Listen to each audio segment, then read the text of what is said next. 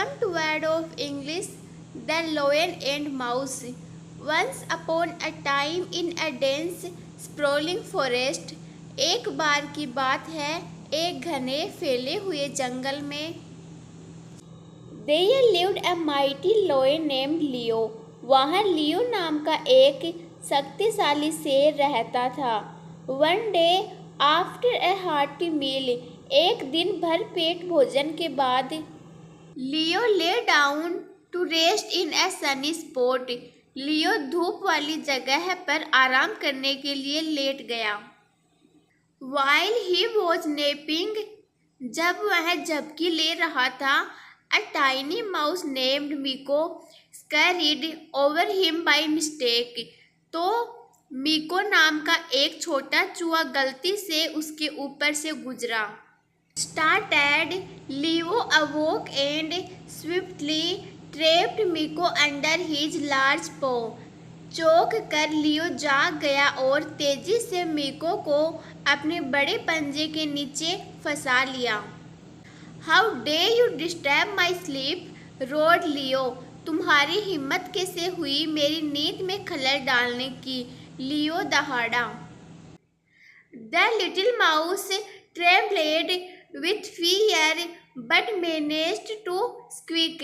छोटा चूहा डर से कांप उठा लेकिन चीखने में कामयाब रहा. Please mighty Leo, spare my life. If you let me go, I promise to repay your kindness one day. कृपया शक्तिशाली लियो मेरी जान बख्श दो. अगर तुम मुझे जाने दोगे तो मैं एक दिन तुम्हारी दयालुता का बदला चुकाने का वादा करता हूँ. Leo found this amusing. How could a tiny creature like you ever help me? Leo को यह बात मज़ेदार लगी. तुम्हारे जैसा छोटा प्राणी मेरी मदद कैसे कर सकता है? He laughed. वह हंसा. But feeling generous, he lifted his paw and let Miko go. Run along little one, he said. लेकिन उदारता महसूस करते हुए उसने अपना पंजा उठाया और मिको को जाने दिया. भागो छोटे, उसने कहा. Days passed, दिन बीतते गए. And one afternoon, Leo found himself caught in a hunter's net. और एक दोपहर लियो ने खुद को एक शिकारी के जाल में फंसा पाया.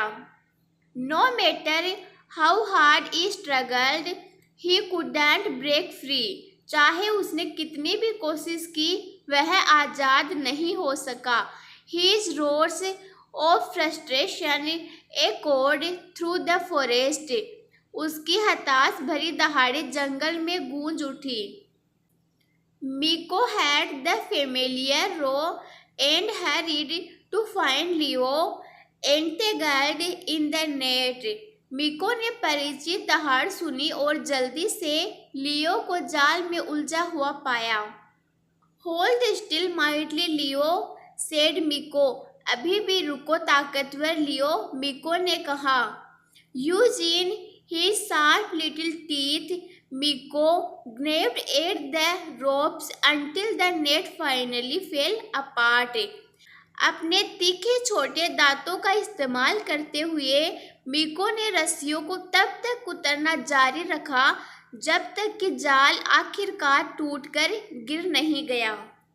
Leo was free. He looked down at the tiny mouse with newfound respect. लियो आजाद था. उसने छोटे से चूहे को नए सम्मान के साथ देखा. Thank you, Miko, he said gratefully. धन्यवाद मिको, उन्होंने कृतज्ञतापूर्वक कहा.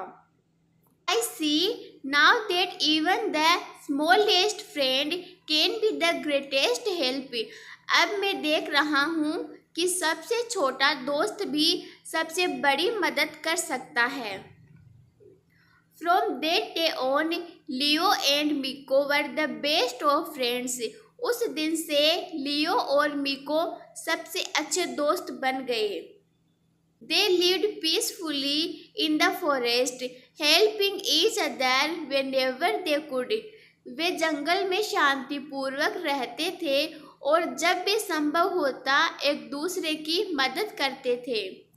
And thus the great lion learned that kindness and friendship come in all sizes।